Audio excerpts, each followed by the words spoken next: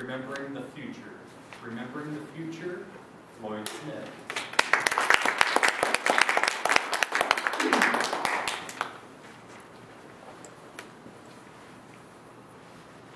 It was October 4th, 1957.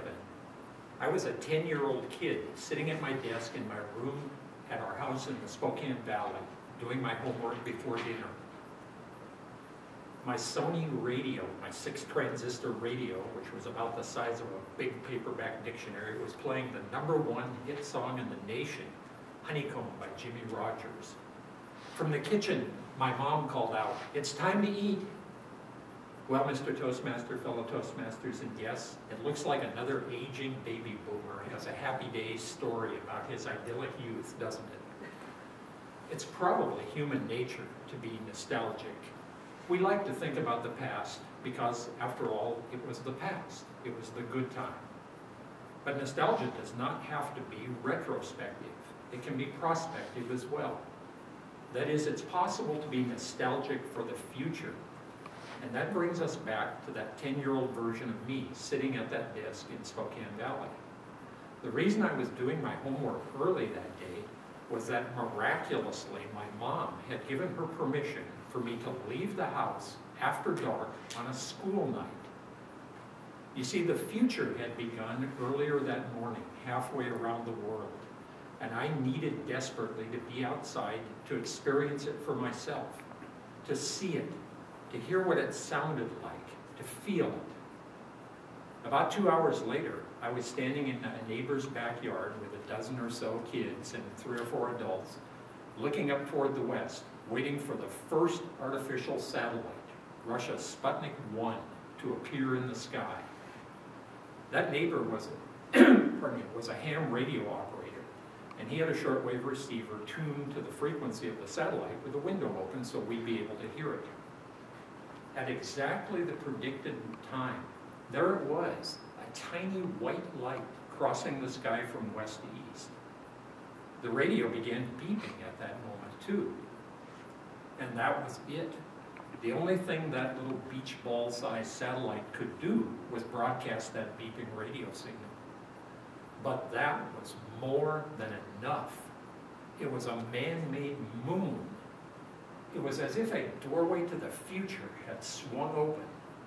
Through it, we could see huge wheel-shaped space stations with amusement parks and hotels. We could see regular tourist flights to the moon and then on to Mars. We could see human colonists settling the solar system and then moving out to the stars. All of those library books about space travel, all of those science fiction stories, all of those Buck Rogers movies, it was all going to happen, and happen soon. We were going to do it all. And I mean we personally, we kids standing in that backyard watching that satellite and listening to it beep. What a time to be alive. And then, over the next quarter century, everyone forgot the future. George Santayana once famously said, "Those who cannot remember the past are condemned to repeat it." But I think it's equally true that those who cannot remember the future are condemned not to have it. Now, obviously, the future happened. Here we are in 2013, and we got a lot of incredible things that no one could have anticipated in 1957. I'm not nostalgic for the future. I'm nostalgic for that future, the space travel future that I saw unfolding before me in 1957. Imagining the future keeps us moving toward it, but remembering the future is probably even more important. That's because when we remember the future, it takes us back to the time when we first imagined it, to the time when there was a sense of wonder, a sense of possibility.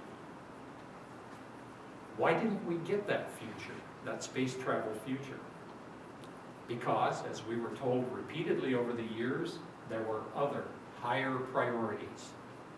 There was so much suffering and disease and poverty and ignorance and injustice down here on Earth that we couldn't possibly spend any time and money and effort colonizing outer space. They were right about one thing.